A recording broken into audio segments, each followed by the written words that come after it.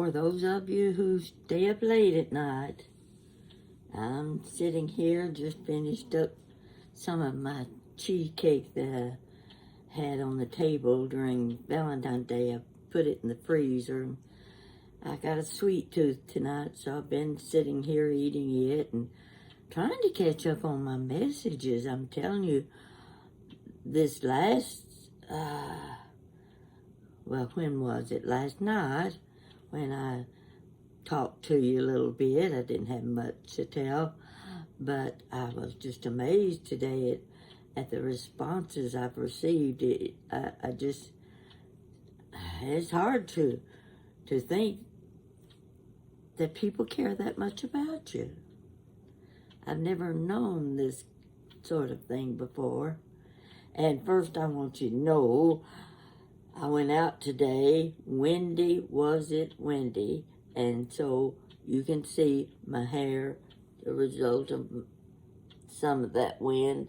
It needs to be washed. I guess I'll get up tomorrow and see if I can't do a little something with it. I hate to look such a mess when I talk to you. But, you know, sometimes I don't want to take the time to go in the bathroom and fix up my face and what have you. You know what I look like. We all look like this when we don't get fixed up. Just our everyday look.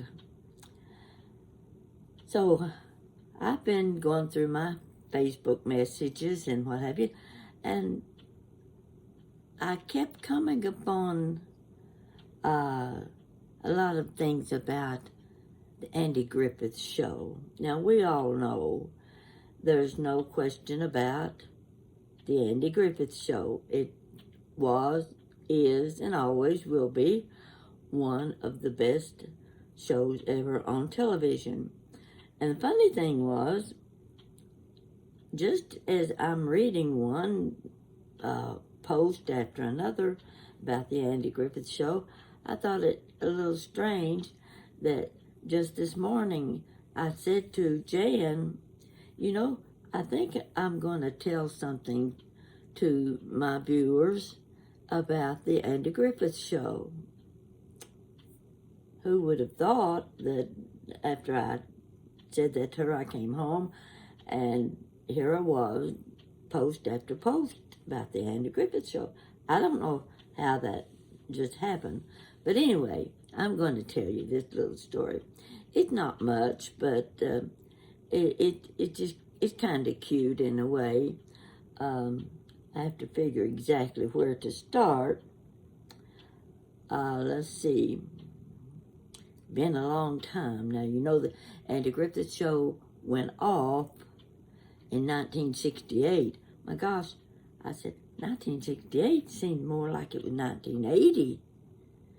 But that's what happens with time, you know. It either catches up with you or you lose it.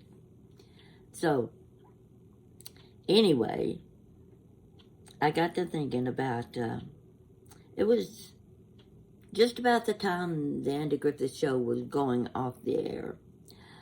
I had gone to visit my mother, and my sister and I were there together the same weekend. We'd been downtown, and as we were coming back, I said, I need to stop and get gas. So it wasn't but a few blocks from where Mama lived. There was a little service station. Been there, I don't know, forever. But it was one of those little privately owned filling stations where there were only 2 tanks out in front of the little white building.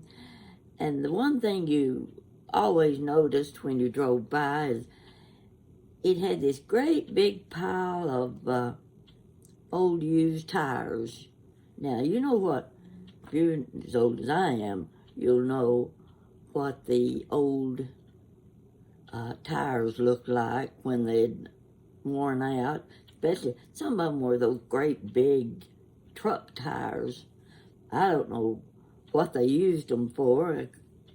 Once they'd been used, I'd say that's it. Take them to the tire dump somewhere, or a recycling place. But there it was, you giving direction to someone, saying, okay, when you come to the little building that has the big pile of tires, you turn there, and you can only turn one way because the street goes up over the hill and you're almost to our house. Okay, we're coming down Main Street. I said, I'm going to stop this little filling station and get gas, and so I pulled up. Now, keep in mind, this was back in the days when you didn't even get out of your car when you got gas. You didn't have to get out and pump it yourself. This young man comes out. He got on his little white shirt and nice clean uniform, navy blue slacks. And I rolled my car window down, and he's smiling real big. And he says, howdy, how you day? Well, I looked at my sister, and she kind of grinned, and I said, I'm fine, thank you. And he's, what can I do for you today? I said, well, I want you to fill up my gas tank for me. Sure, be glad to, be glad to. You want regular? Yes, I want regular. So he goes and he gets the nozzle and puts it in the car, and he comes around. I see him pull this rag out of his back pocket and was hanging down his from his pants, and he starts cleaning the front windshield. When he gets through that, he goes around the other side of the car, and he's cleaning the side windows. He cleans the back windows and comes around and cleans the window beside the driver. Well, when he gets through with that, he goes up and raises the hood of the car, and I see him with that dipstick, you know, they stick in there, and he's checking the oil and checking the water, and I'm getting a complete service job. And he says, where are you from? I don't think I've seen you around here lately. I said, no, we're from Tennessee. When I was living in Tennessee, I think. I don't remember where I was living anyway. My sister was living in Tennessee, I'll put it that way. And he says, you come here often? No, we're here visiting my mother, and we're just here for the weekend. Well, sure is good to have you here. He goes on around. Next thing I know, he's checking my tires to see if there's plenty of air in my tire. And I looked at my sister and I said, where is Andy Griffith? We have found him a star. Another one of Gomer Pyle's cousins, like Goober. He can't do anything but be more successful if he comes and checks this kid out here. There's not a Mayberry character anywhere else.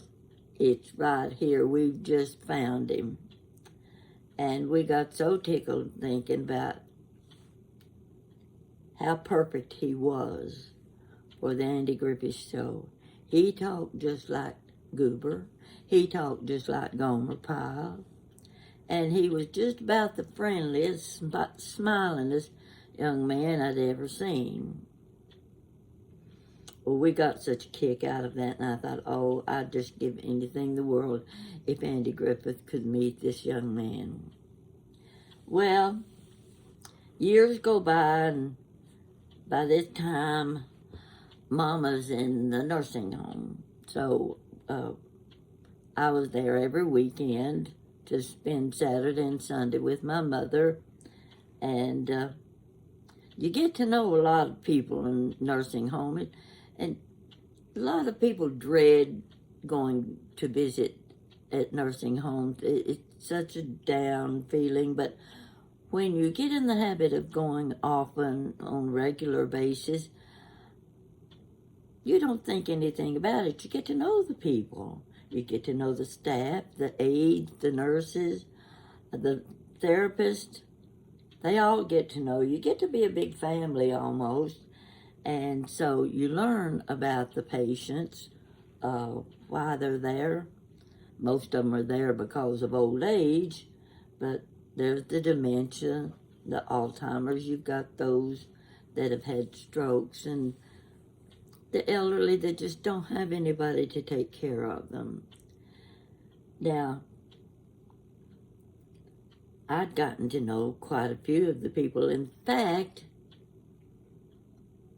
I'd walk down to, there were two sections of the nursing home, and for something to do when Mama was napping, I'd walk down the hall and see what's going on in the rest of the east wing, the west wing, and I came by one room,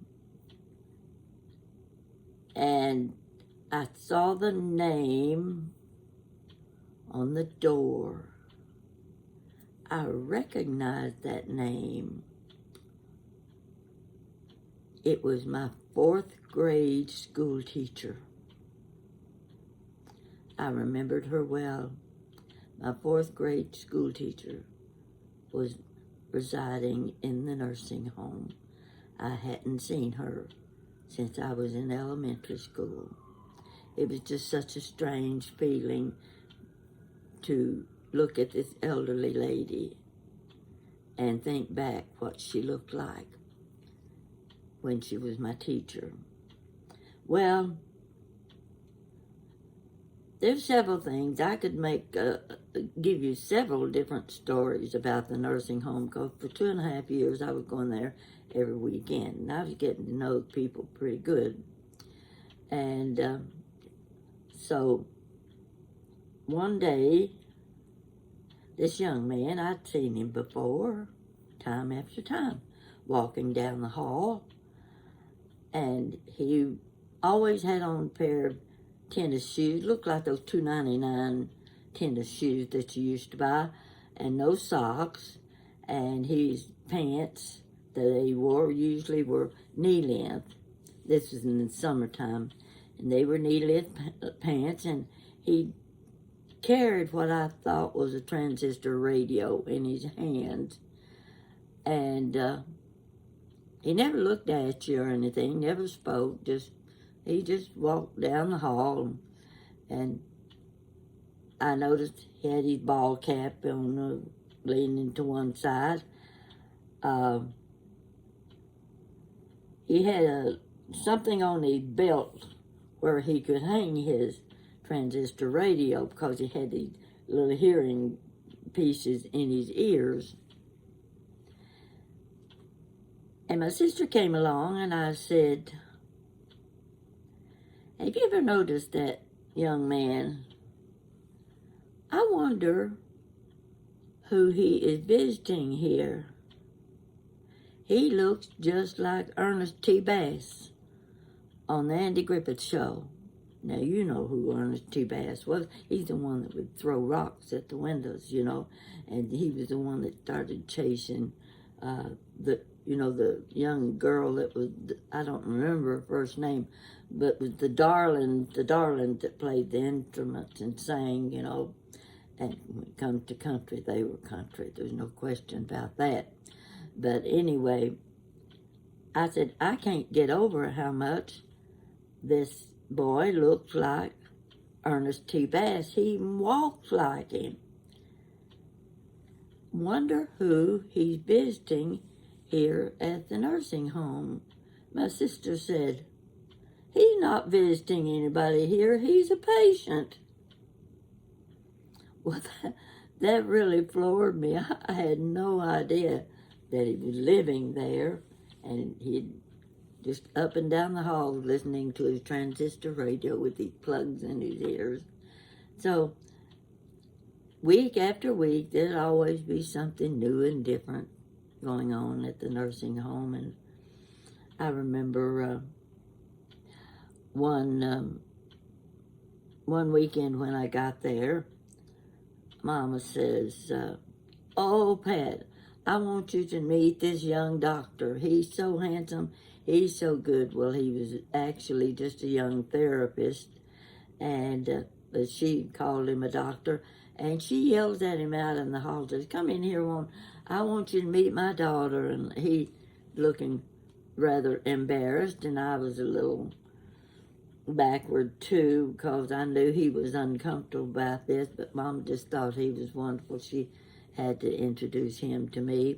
So she's gotten to know quite a few of the people there, because when you think about it, most of the people residing in nursing homes, you've got the dementia, you've got the forgetfulness, the loneliness, the illness, and most of them are not in the right mind, but my mother was. She was nearing 100 years old, and she was still in her right mind. She could remember everything. And that's one of the reasons the staff and the aides and the hired help liked coming into my mother's room, because she was ready with a story. She just loved to talk about her family and tell how many there were and what they did. And oh my gosh, it got to the point that we'd just almost have to put my hand over Mama's mouth. "Mama, they don't want to hear our life history. You don't have to tell them everything we do and how many kids there are. They're going to learn that eventually anyway." But the staff was very good to my mother, and they enjoyed talking to her, because she was one of very few that was in her right mind, and she could remember things, and she would tell family history. She loved talking about family history. But I didn't mean to throw that part in. I really was just wanted to talk about the Andy Griffith Show, and what a fantastic program that was for any age person, any time period. It's what you call down home America. I never saw a single one of his shows that I didn't like. There was always a message in every show. And when I was thinking today about that young man at the filling station, "Howdy, how you day? Y'all come back now." That's the way he talked, only he did it better than I do. So there's just a little something to leave you with before you go to bed at night, and put a little smile on your face. And maybe one of these days we'll get another Mayberry RFD sitcom that we can sit and enjoy. And I really like those shows. Those are the ones that stay with you. So until I get with you tomorrow now, I plan to give you one from the kitchen tomorrow. It's not going to be anything fantastic, but it's one I like, and it's something I think you will enjoy too. So thank you for sticking with me. Thank you for being so concerned about me and my health, my mental health as well. And my taxes are done. The envelope's in the mail, or however it went, whichever way it went. The IRS will be getting my mail in the next day or two, and they're getting my check too. So I'm a bit relieved over that, and next time you see me, I'm going to look better, because I went to Goodwill today. Now, I was not going to look at any of the clothes. I wanted to see if I could find something, maybe a nice piece of china or some glassware. But the first thing I headed for was all of those rows of shirts like this one. See, like this one. I don't know if I got this one. I don't think I bought this one at Goodwill. But they had some similar to this, and it's kind of hard to resist something when it costs you $4, and it still looks like it's never been worn. I ended up coming home with 4 new shirts. One of them I bought because I knew it would match my green glasses, you know, my sparkle glasses. I don't have them here handy, but you know which ones they are. They're the really turquoise green, those bright ones. So I saw this one time, and I said, whoa, these will go good with my glasses. Now I've rambled on again. Nothing but rambling. But maybe it'll entertain you while you're washing the dishes or peeling the potatoes or trying to get the kid to bed. Thank you for being my friend and a viewer. Yeah. I've got more stories. I just have to put them together. The mind, you know, you get that little wheel is spinning, and I'll come up with something you'll enjoy. But for tonight, this is just a little tip about the Andy Griffith Show and the young man. I wonder sometimes where he is now. The little filling station guy. He was terrific. So you have a good night. Sleep well, and I'll see you later.